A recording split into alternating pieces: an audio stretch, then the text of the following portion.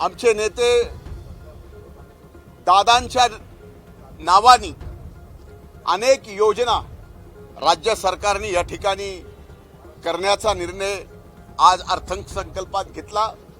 मी सरकारचे मनापासून आभार मानतो आणि दादांचं भव्य स्मारक सुद्धा या ठिकाणी उभं करण्याचा निर्णय या अर्थसंकल्पामधून महाराष्ट्र सरकारची मनीषा राज्याचे आदरणीय मुख्यमंत्री देवेंद्र फडणवीस साहेबांनी या ठिकाणी दाखवली।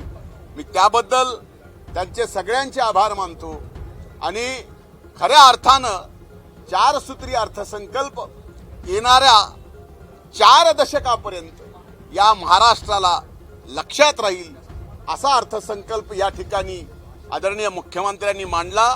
त्यांचे मी मनापासून आभार मानतो। धन्यवाद।